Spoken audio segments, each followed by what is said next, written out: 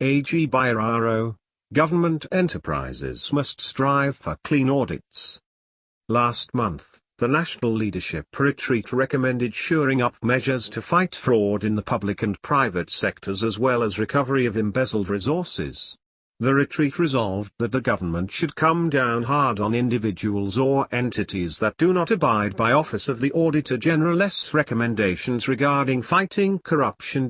In an interview with the New Times, James Karuhanga, the Auditor General Obadiah Biraro shed light on the renewed effort against graft. Below are excerpts. Q Resolution number 2 of this year's National Leadership Retreat was about upping the tempo in fighting corruption. And you attended the retreat. What was your take? A. The take is that there is all that seriousness, more serious than ever before. Not that there has ever been lack of seriousness, but that there is more seriousness.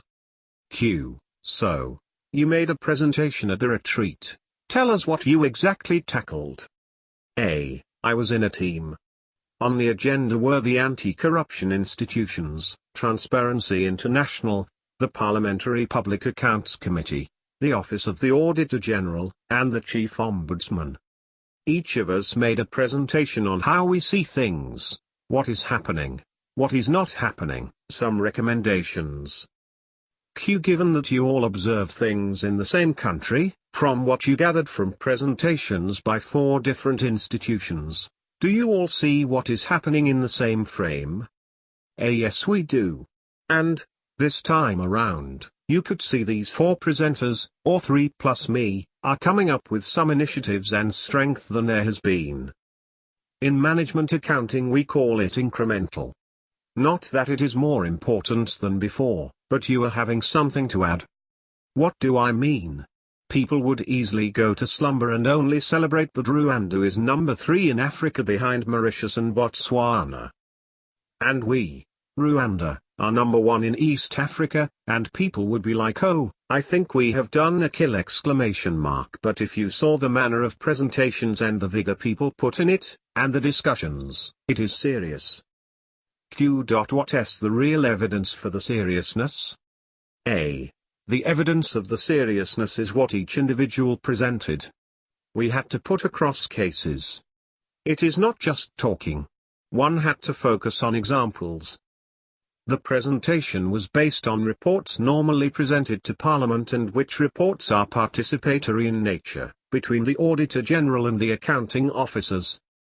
The presentation was focused on the subject matter, manifestation of corruption. And this presentation is made in front of the President. Q. What new elements were put on the table as regards fighting corruption? A. From my end, I said, and I will repeat the same in Parliament around the beginning of May, there are 13 very important institutions in the country that should, as a matter of urgency, work for a clean audit opinion. Now I can produce the list, but these are the giants that you live with every day. Go look at the list of GBEs, government business enterprises. That's it. Q. The ones that have failed to get an unqualified audit report over a long period of time? A. Failed for a long time, since their inception, and yet, they are the main drivers, sector by sector, of service delivery. The gist of the matter was that international standards on auditing, or better still, international supreme auditing standards, do not require or allow the Auditor General to state the word corruption because that would amount to fraud and investigation thereafter. But again, the same standards compel the Auditor General to have a chapter of the opinion that brings out where corruption manifested and how the manifestation has affected the principles of the economy, efficiency and effectiveness in use of scarce public resources. That was my opening sentence, and therefore, the following institutions, as I said, the GBEs, have not been able to convince the Auditor General to sign an unqualified audit opinion, year in year out. Q. And how does this state of affairs lead to corruption? I said, mismanagement of public finances is a vehicle that facilitates corruption. What do I mean? You are managing like RWF 400 billion, what percentage is it equivalent to in the annual budget? A. I bring this so as to get people to know the gravity of the matter. So who knows, those commissions or omissions might have facilitated, most likely, corruption to happen in whatever transactions you have been undertaking. Accounting is a fundamental pillar of transparency.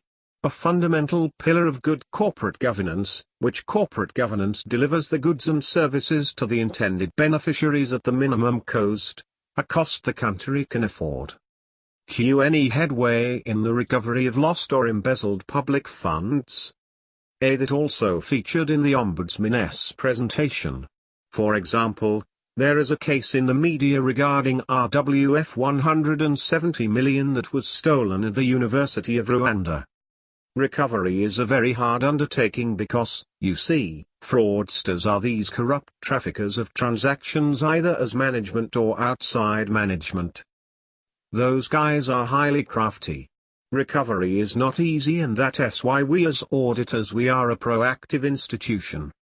We prevent and don't wait to recover. How much are we supposed to recover anyway? It is so hard to come up with a figure, but it is a big one, and in billions. For example, a case to mention evolved from an abandoned contract of RWF 5.2 billion, in the energy sector. We were saying, here is RWF 5.2 billion paid to some contractor who disappeared. How easy is it to recover it, yet you could not prevent it from going? We know how hard it is. How hard could it be, since the contractor who disappears is a national somewhere? We have Interpol ? Experience has been that it is not easy. And that's why for us we are saying that all these institutions are put in place and work on a daily basis and report at a certain designated date and time, to prevent such. For years now, there have been cases of entities not paying due attention to recommendations you put in your annual reports. That's true. This is as required by Article 69 of the Organic Law governing public finance management. This clause requires the Auditor General to make recommendations to accounting officers, and it becomes law for implementation. People responsible for making things happen, given our scarce resources, must always remain alert.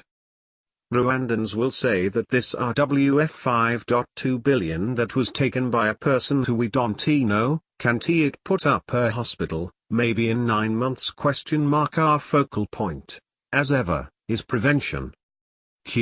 Why do countries like Mauritius or Botswana do better? Is it because of better controls that we don't have? What can Rwanda learn from them, if you have considered their cases? You see, Rwandans, first and foremost, let us be fair with ourselves. Historically, when was this office, OG, established? But this is not to imply that 18 years down the road, after the office was created, is too short a time that accounting officers shouldn't be complying fully. What, then, do we need to do? What we need to do is sustain the achievements. Rwanda, for the last 20 years, has been working hard to attain that level of fighting corruption, but the issue at hand is recognition of the fact that it requires more hard work to remain top. And once you sustain that, it means you are headed for, I don't know what is better than number one. The needs are ever increasing. So, chief budget managers should have what it takes to discern the priorities, spend accordingly, and be able to bring results. Agency theory is such that whoever acts as an agent, acts as if working for oneself, and the beneficiaries expect equity, or fairness, in delivery of goods and services at the minimum or appropriate cost. There is need for people to bear in mind the need for the economy, efficiency and effectiveness while using scarce public resources.